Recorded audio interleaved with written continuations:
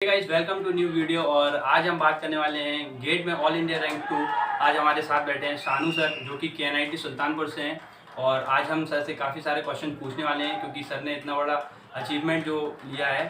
तो पहले तो सर आपका वेलकम है सर हमारे चैनल पे। तो सर आप अपना जनरल इंट्रोडक्शन दे दीजिए ताकि हमारे व्यूअर्स आपसे रूबरू हो जाएँ। Thank you Abhimanyu. Hello friends, myself Shanu Singh और मैं सोनभद्र से हूँ और अभी KNIT सुल्तानपुर से बीटेक फाइनल ईयर में हूँ। और मैंने गेट में 2 पेपर दिया था, इंजीनियरिंग साइंस और मैकेनिकल से। इंजीनियरिंग साइंस में मेरा सेकेंड रैंक है और मैकेनिकल में 500 आते हैं। तो जैसे कि आपने जाना सर के क्या क्या अचीवमेंट्स हैं, तो sir first of all many congratulations मेरी तरफ से और हमारे जितने भी व्यूअर्स हैं उन सभी की तरफ से। तो सर आप अपना एक जनरल जो बेसिक अर्ली एजुकेशन आपकी कहाँ से हुई है, मतलब स्कूलिंग और जो भी ड्रॉप ईयर था या जो भी सर एक बार आप बताएंगे। जी, मैं सोनभद्र में ही सेंट फ्रांसिस स्कूल अनपरा से अपना 6 से लेकर 12 तक की पढ़ाई किया हूँ। और 11-12 के साथ ही मैं JEE की प्रिपरेशन किया था, ड्रॉप नहीं लिया था। तो JEE में तो अच्छी रैंक नहीं आई थी इसमें, लेकिन AKTU में अच्छा रैंक था तो KNIT सुल्तानपुर मिल गया, तो फिर यहाँ से मैकेनिकल इंजीनियरिंग ले लिया। अच्छा, तो सर जैसे कि फिर आपने मतलब ड्रॉप लिया था और आपका नहीं हुआ था, JEE में आप फेलियर देख चुके थे जी। तो सर फिर कॉलेज में आने के बाद आपको कॉलेज का एक्सपीरियंस क्या रहा, क्योंकि एक वो होता है ना कि ड्रॉप ईयर जो स्टूडेंट रहता है वो एक अंदर से डिमोटिवेट हो जाता है कि मतलब अब JEE में नहीं हुआ आगे क्या देखेगा। तो और आपकी ब्रांच मैकेनिकल थी, तो सर मतलब आप कैसे मोटिवेट हुए और कॉलेज का एक्सपीरियंस क्या था, कृपया आप बताइए। जी, मैं फर्स्ट ईयर में आया था तभी से डिसाइड कर चुका था कि मुझे प्रिपरेशन करना है और अगर मेरा JEE में नहीं हुआ है तो आगे कंपटीशन एग्ज़ाम होते हैं उसमें मैं अच्छा करूँगा। तो फर्स्ट ईयर से ही मैं मतलब ये गेट के बारे में सोचता था, लेकिन तैयारी सेकेंड ईयर से स्टार्ट किया था। यस। और थोड़ा बहुत फर्स्ट ईयर में एंजॉय भी किया था, जैसे अनुभूति वगैरह हुई थी तो उसमें एंजॉय किया था। सर तो मतलब जैसे कि ये गेट के बारे में आपको किसने बताया, आपको कैसे पता चला, how to do you know about the GATE exam कि ये गेट का एक एग्ज़ाम होता है और उसमें मतलब काफ़ी सारी चीज़ें होती हैं। तो ये आपको इसके बारे में पता कैसे चला, कोई एलुमनाई या कॉलेज में ही आके आपको पता चला था या पहले से आपने इसके बारे में देखा था। जी, मैं जब 11-12 में JEE की कोचिंग कर रहा था तो उस समय मेरे भैया हैं वो गेट की प्रिपरेशन कर रहे थे और वो मैकेनिकल इंजीनियरिंग से ही थे। तो जब भी मैं उनसे बात करता था तो आपस में डिस्कस करता था कि मेरी JEE की प्रिपरेशन कैसी चल रही है और उनके गेट की कैसी चल रही है। तो इससे मुझे गेट के बारे में काफ़ी आइडिया था, मतलब कैसा पैटर्न होता है, क्या सब्जेक्ट होते हैं और कितने नंबर का होता है। मतलब काफ़ी कुछ आइडिया मतलब 11-12 से ही था गेट के बारे में। अच्छा, तो सर आपने मतलब जब कॉलेज में आए तो किस ईयर में आपने प्रिपरेशन स्टार्ट कर दी थी, और मतलब गेट के बारे में अगर आप थोड़ा और ब्रीफली बताएं जो हमारे व्यूअर्स जैसे कि फर्स्ट ईयर के स्टूडेंट होते हैं सर, काफ़ी और भी जो स्टूडेंट हैं उनको नहीं पता होता है गेट एग्ज़ाम के बारे में। तो आप अगर थोड़ा एनहेंसमेंट करके बताइए कि एक्चुअल में है क्या, गेट से देने से क्या बेनिफिट्स हैं, तो आप थोड़ा बताइए गेट एग्ज़ाम के बारे में। देखो, गेट एक ऐसा एग्ज़ाम है जो कई सारी अपॉर्चुनिटीज़ प्रोवाइड करता है। हम ये कह सकते हैं कि मेरे ख्याल से एक ही ऐसा एग्ज़ाम है जो कई सारी अपॉर्चुनिटी प्रोवाइड करता है। जैसे सबसे पहले तो वो जॉब के लिए अपॉर्चुनिटी प्रोवाइड करता है, PSU में जॉब कर सकते हैं हम। और किसी को अगर रिसर्च फील्ड में इंटरेस्ट है तो साइंटिस्ट में जैसे बार्क और DRDO इसे रिक्रूट करते हैं। हायर एजुकेशंस के लिए भी ये टेक्निकल फील्ड में IIT और IISc में जा सकते हैं और मैनेजमेंट में भी IISc और NITI मुंबई में जा सकते हैं। और किसी का अगर इंटरेस्ट फॉरेन में स्टडी करना है तो वहाँ से ये 2 यूनिवर्सिटी हैं, जैसे एक नेशनल यूनिवर्सिटी ऑफ सिंगापुर और एक नेशनल यूनिवर्सिटी ऑफ म्यूनिच के गेट स्कोर के थ्रू मतलब एडमिशन लेती है। और इसके साथ साथ NIT में भी एडमिशन होता है। और एक बार जो सीरियसली गेट का प्रिपरेशन कर लिया, अगर उसका गेट में अच्छा नंबर नहीं भी आते हैं तो उसके बाद कुछ एग्ज़ाम होते हैं, जैसे बार का एग्ज़ाम हो गया और ISRO का एग्ज़ाम हो गया और कुछ PSUs के एग्ज़ाम होते हैं, तो वहाँ पे हम अच्छा परफॉर्म कर सकते हैं। अच्छा, तो सर जैसे कि आपकी प्रिपरेशन चल रही थी, कॉलेज भी ऑफलाइन ही था आपके समय, जी। तो सर मतलब आपने सोसाइटीज़ क्लब्स तो ज्वाइन किए होंगे। अगर सर आपने क्लब्स या सोसाइटी ज्वाइन किए थे तो सर क्या उससे अफेक्ट पड़ा आपकी प्रिपरेशन में, मतलब गेट की आप तैयारी भी कर रहे थे, क्लब्स में भी थे, तो उससे कुछ इफेक्ट पड़ा था क्या आपकी प्रिपरेशन में। जी नहीं, उससे ज़्यादा इफेक्ट नहीं पड़ा था क्योंकि मैं अपना रियल प्रिपरेशन सेकेंड ईयर से स्टार्ट किया था और उस समय कॉलेज बंद हो चुका था। मुझे जो कोरोना के लिए छुट्टी हुई थी तो उसी समय से स्टार्ट हुआ था मेरा रियल प्रिपरेशन। वैसे तो एक रैंडम ऐसे ही चल रहा था, अनसिस्टमेटिक में। अच्छा अच्छा, तो सर मतलब फर्स्ट ईयर में आपने क्लब्स ज्वाइन किए थे। एक मैकेनिकल इंजीनियरिंग फॉरम एक ज्वाइन किया था और डायरेक्टली और कोई तो नहीं ज्वाइन किया था, बस ऐसे ही जाके देख वख लेता था। तो सर मतलब जैसे कि आपने गेट का किया तो कोडिंग कभी आपने सोचा था कि कोडिंग का कभी करा है या करूँगा, ऐसा कभी सोचा था सर? जी, फर्स्ट ईयर में सी लैंग्वेज थी तो उसको अच्छे से किया था, तो उसमें अच्छे कोडिंग्स कर लेता था और इंटरेस्टिंग सब्जेक्ट था वो। लेकिन उसके बाद फिर गेट वगैरह के प्रिपरेशन में फिर टाइम नहीं मिला उसको करने का। Yes. तो सर जैसे कि क्या होता है कि कोई भी प्रिपरेशन करता है तो अप्स एंड डाउन्स आते ही हैं सर प्रिपरेशन। जी। जैसे कि आप टेस्ट वगैरह देते होंगे अपने प्रिपरेशन के दौरान, जी। तो सर आपको कभी भी डिमोटिवेट जब भी लगता था तो आप कैसे मोटिवेट रहते थे? How you stay motivated during your preparation sir? देखो, डिमोटिवेशन तो हमेशा होता रहता है, लेकिन हमें अपने आप को मोटिवेट करते रहना चाहिए और उसके लिए कुछ हम मोटिवेशनल वीडियो देख सकते हैं और हम ये सोच सकते हैं कि हम अपना प्रिपरेशन क्यों स्टार्ट किए हैं। उसको सोचने से हमें देखेंगे कि हम अगर अच्छा परफॉर्म करेंगे तो हम कहाँ स्टैंड करेंगे और उसके बेनिफिट्स क्या क्या हैं, तो इससे मोटिवेशंस मिलते हैं।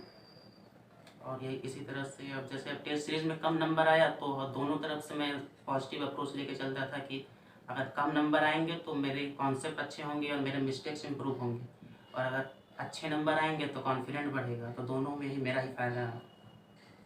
तो सर जैसे कि प्रिपरेशन बहुत लोग करते हैं जी। और तो मतलब आपकी प्रिपरेशन में ऐसा क्या डिफरेंट था जो आपने इतना बड़ा अचीवमेंट मतलब ईयर 2 और लोगों के में क्या रहता है, मतलब एक जो कॉमन मिस्टेक रहती होगी ना जो आपने अवॉइड की है जिससे आप ये अचीवमेंट को पा सके हैं सर ऑल इंडिया रैंक 2, तो सर मतलब वो ऐसी क्या चीज़ थी जिसका आपने बहुत ध्यान रखा जब जाके आप इस मुकाम तक पहुँचे? देखो, सिंगल डिजिट रैंक लाने में Yes, कहीं ना कहीं किस्मत का भी बहुत बड़ा साथ होता है, क्योंकि कितना भी मेहनत करो वो पेपर के दिन पे डिपेंड करता है कैसा दिन रहा और कब क्या हुआ। और ये एक्सी में मेरा सेकंड रैंक आया, इसमें मेरा मिस्टेक्स काफ़ी कम रहे और एक्यूरेसी बहुत हाई रही। मुझे खुद विश्वास नहीं हो रहा था कि इतना ज़्यादा एक्यूरेसी मेरी कैसे हो रही है। मैं जब चेक कर रहा था तो सारे क्वेश्चन सही होते जा रहे थे, तो मुझे लगा कि मेरे गलत तो एक भी नहीं हो रहे हैं। तो बस यही एक्यूरेसी अच्छी रही और प्रैक्टिस बहुत ज़्यादा गेट जैसे एग्जाम में जहाँ न्यूमेरिकल पूछे जाते हैं तो वहाँ प्रैक्टिस बहुत इंपॉर्टेंट रखती है, प्रैक्टिस और टेस्ट सीरीज। तो मतलब यही है कि आपने कंसिस्टेंटली टेस्ट वगैरह दिए हैं और अपने आप को। जी, टेस्ट में 3 टेस्ट सीरीज लिया था और तीनों टेस्ट सीरीज में लगभग 60+ टेस्ट थे और सारे टेस्ट लगभग दिए थे। सर आपने अपनी प्रिपरेशन के लिए कोई कोर्स लिया था कोई कोचिंग से? जी, कोई कोचिंग से कोर्स नहीं लिया था, बस यूट्यूब से पढ़ता था। वहाँ से मतलब 60-70% कोर्सेस कवर हो जाते थे। इसके बाद क्वेश्चंस लगाना सॉल्व शुरू कर देता था। इसके बाद जब क्वेश्चन में कहीं दिक्कत होता था तो बुक रेफ़र कर लेता था या फिर कहीं लेक्चर वगैरह उस टॉपिक के लिए स्पेशली। अच्छा, तो सर मतलब अब जैसे कि आपकी ईयर 2 आई जिस दिन रिजल्ट आया तो सर आपकी फैमिली का रिएक्शन और आपका रिएक्शन क्या था? आपसे एक्सपेक्टेड मतलब आपको खुद से था कि हाँ मैं कर रहा हूँ तो ईयर 2 या सिंगल डिजिट रैंक आएगी? जी, प्रिपरेशन के समय तो बिल्कुल उम्मीद नहीं थी कि सिंगल डिजिट रैंक आएगी, लेकिन आंसर मैच करने के बाद जब 90+ मार्क्स आए तो उम्मीद आ गया था कि सिंगल डिजिट आ जाएगी। लेकिन मैं किसी को बताया नहीं था कि सिंगल डिजिट आ सकती है। जब बताया कि सिंगल डिजिट रैंक सेकंड है तो सब लोग काफ़ी खुश हुए और रिजल्ट लगभग 12-1 बजे रात में आया था, तो सब लोग उठ के खूब मस्ती की। तो सर मतलब जो अब आने वाले जो बच्चे हैं एस्पिरेंट्स हैं जो गेट के लिए अभी प्रिपेयर कर रहे हैं या आएंगे, जी। तो आप उनको क्या एडवाइस देना चाहेंगे कि मतलब ताकि वो भी आपकी जैसे ही और अच्छी रैंक लेके आएँ और आगे बढ़ें? तो सर आप अपनी क्या टिप्स एंड ट्रिक्स जो भी देना चाहेंगे आप बताइए सर। सबसे पहले तो ये डिसाइड करना बहुत ज़रूरी है कि प्रिपरेशन करना किस लिए है और करना है। अगर ये डिसाइड कर लिए कि नहीं मुझे गेट का प्रिपरेशन करना है, तो वो डिसीजन के बाद में ये डाउट नहीं होना चाहिए कि मैं क्यों प्रिपरेशन कर रहा हूँ, बिल्कुल सर। जब तक कि गेट का पेपर ना निकले। और दूसरा, जितना जल्दी स्टार्ट करें उतना ज़्यादा फ़ायदा होगा, क्योंकि कम समय होने की वजह से प्रेशर ज़्यादा हो जाता है और प्रेशर में चीज़ें अच्छे से परफॉर्म नहीं हो पाती। और सिलेबस को कवर करें और क्वेश्चंस की ज़्यादा प्रैक्टिस करें और टेस्ट सीरीज से डरना नहीं चाहिए, ज़्यादा से ज़्यादा टेस्ट सीरीज दें, बस यही है। और हार्ड वर्क करते रहें, अपने टाइम को वेस्ट ना करें, इफेक्टिवली यूज़ करें। और गेट का प्रिपरेशन हमारा मतलब फर्स्ट प्रायोरिटी होना चाहिए अगर आप प्रिपरेशन कर रहे बिल्कुल हैं। सर, मतलब वो जो भी सेट कर रहे हैं गोल तो वो प्रायोरिटी पे होने चाहिए। जी। तो सर मतलब जैसे कि अब आपका हो गया है तो आपने क्या सोचा, आईआईटी, आईएससी, पीएसयू, आप किस में जाएंगे सर?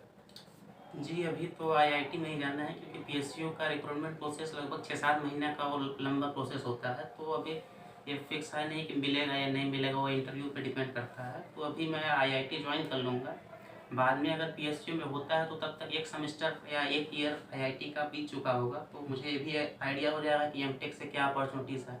अगर मुझे ऐसा लगेगा कि नहीं एमटेक अच्छा है तो पीएसयू छोड़ दूँगा, अगर लगेगा कि नहीं एमटेक से बेटर पीएसयू है तो फिर पीएसयू ज्वाइन कर लूँगा। तो सर मतलब जैसे कि आपने ये सारी टिप्स एंड ट्रिक्स दी, तो मैं यही चाहूँगा कि जो बच्चे अभी प्रिपेयर करते हैं वो डिमोटिवेट हो जाते हैं या बच्चे भटक जाते हैं कि यहाँ से भी पढ़ रहे हैं, बहुत सारे सोर्सेज उन पर रिसोर्स आ जाते हैं, यूट्यूब से भी पढ़ रहे हैं, कोई बुक से भी किसी ने कुछ बता दिया।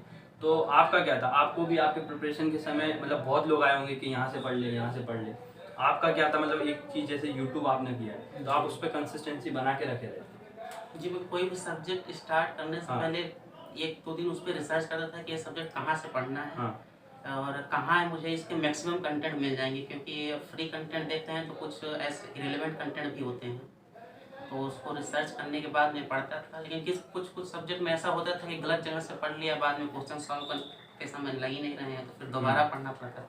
अच्छा। तो यही डिसएडवांटेज होता है एक सेल्फ स्टडी का कि कभी कभी थोड़ा ज़्यादा टाइम लग जाता है। सर और जैसे कि थर्ड ईयर में आपने क्या अपना गेट दिया था सर, गेट अटेम्प्ट? जी, अच्छा, तो सर उसमें मतलब कैसा क्या परफॉर्मेंस था आपका? उसमें मेरे नंबर 68 नंबर थे और रैंक 1700 थे। अच्छा, तो फिर उसके बाद आपने मतलब अपने आप को थोड़ा और एफर्ट डाला? हाँ, वो पेपर देने के बाद मैं आया तो पेपर का सारा क्वेश्चन मतलब हर सब्जेक्ट का एनालाइज किया कौन सा सब्जेक्ट ज़्यादा वीक है, और उस समय तक मतलब थर्ड ईयर से पहले ही मैं एक कोशिश पूरा किया था कि सिलेबस कवर कर लूँ, तो 90% सिलेबस कंप्लीट हो गया था। Yes sir. तो जो कंप्लीट हुआ था उसमें से देखा कि कौन सा वीक है, और जो नहीं कंप्लीट हुआ था तो उसको मैं सबसे पहले उसको कंप्लीट किया, इसके बाद फिर रिवीजन स्टार्ट कर दिया। अच्छा सर। तो जैसा कि आपने सर के सुना एक्सपीरियंस कैसा रहा, और आई होप आपके सारे डाउट क्लियर हो गए होंगे, और जो भी डाउट अगर बचे हो तो आप कमेंट सेक्शन में डाल सकते हैं और सर से कनेक्ट हो सकते हैं। सर की लिंक्डइन आईडी जो भी है मैं डिस्क्रिप्शन में दे दूंगा, तो आप सर से डायरेक्टली क्वेश्चन पूछ सकते हैं। और अगर आपको वीडियो पसंद आई हो तो लाइक करिएगा, शेयर करिएगा और चैनल को सब्सक्राइब कीजिएगा। जब तक मिलते हैं किसी नेक्स्ट वीडियो के साथ।